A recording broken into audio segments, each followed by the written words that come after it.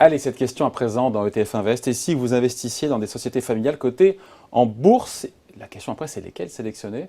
On en parle avec vous, Bertrand, bonjour.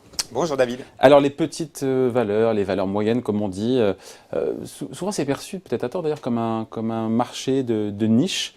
Est-ce que pour le particulier, ça vaut vraiment le coup d'œil, s'y intéresser? Oui, ça vaut le coup. Alors, ça vaut le coup d'y rentrer de façon directe en achetant des titres vifs, mais ça peut valoir le coup aussi d'y rentrer via un ETF.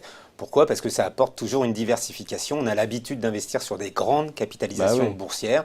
On a l'habitude sur des ETF d'investir sur des indices de grande le capitalisation CAC boursière. Le 40. CAC, l'Eurostoxx, le S&P 500, tout ça, ce sont des indices large cap, grosse capi.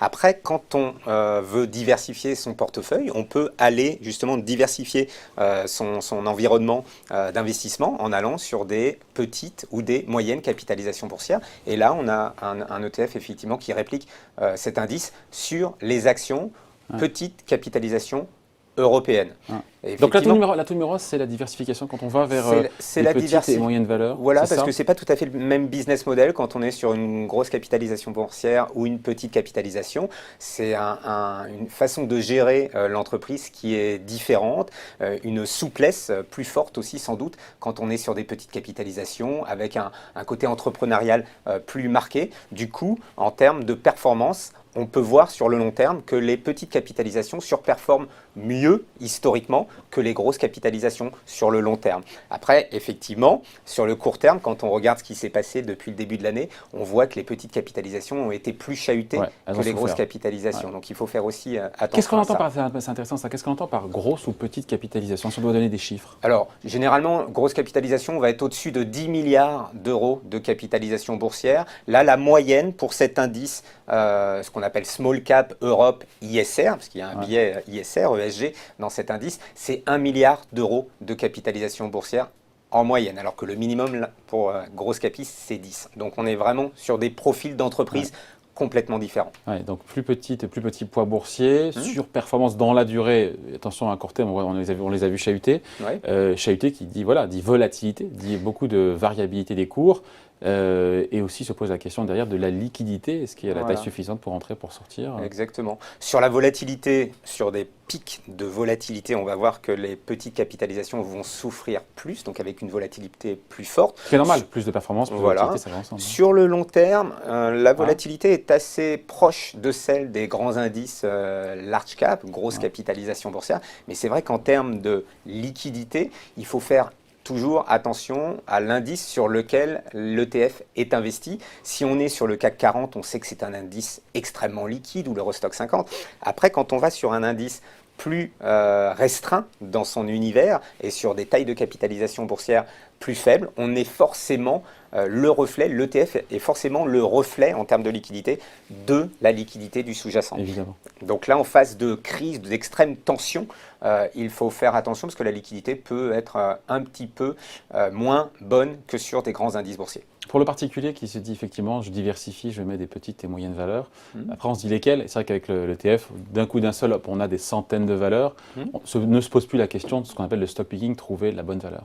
Exactement, c'est une solution simple. En un clic, on peut acheter, négocier sur la bourse Euronext Paris son ETF avec une diversification sur plusieurs dizaines de valeurs. Donc c'est Lesquelles d'ailleurs? On a des noms quand même, parce qu'on ne donne aucun nom là pour l'instant. On peut donner des noms. Alors déjà en termes de géographie, c'est déjà diversifié puisqu'on est sur un univers Europe. Donc il y a un poids de la Grande-Bretagne qui est assez élevé, à peu près Ouais. 30%. Donc, il y a beaucoup de valeurs britanniques, il y a beaucoup de valeurs suédoises également, c'est 16%. Et la France aussi, c'est le troisième pays le plus représenté, mais uniquement 6%. Et ensuite, on a d'autres pays. La euh, France est moins représentée que la Suède. Marrant, ça. voilà, Ouais. sur l'aspect petite Ouais. capitalisation boursière. Je vais vous donner trois exemples. Le premier, c'est Leg Immobilien. C'est une société allemande qui fournit des logements en Allemagne. Donc ça, c'est une vieille entreprise qui a été fondée en Ouais. 1970. Donc ça, c'est un exemple de small cap. Ensuite, on a une autre entreprise qui s'appelle Logitech. Donc ça, c'est un producteur de périphériques informatiques basé en Suisse. Et un autre exemple, c'est GN Store Nord. Donc là, c'est un producteur danois de prothèses auditives et de casque. Donc vous voyez qu'on est vraiment dans des environnements complètement différents, sur des zones géographiques aussi très diversifiées. Ouais. Et des boîtes qui peuvent être leaders sur leur marché. Hein. On ne parle pas encore une fois de TPE. Et des sociétés qui peuvent être leaders, et c'est d'ailleurs un peu plus facile d'être leader sur son marché quand on est une petite entreprise que quand on est une grosse entreprise. Cet indice, on rappelle son nom parce que là, il m'a échappé.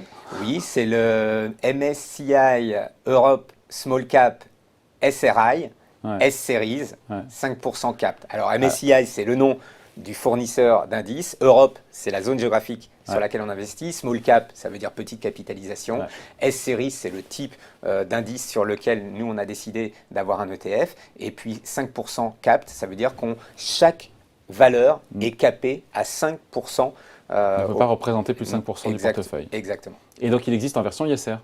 En version... Il existait avant, il n'était pas ISR. Donc et maintenant, depuis avril dernier, on a transformé cet indice et il est maintenant ISR. Combien de valeurs on finit là-dessus? On est sur à peu près 200 valeurs dans le portefeuille. Voilà. Merci pour ces explications, Bertrand. Je vous en prie, David. Bye.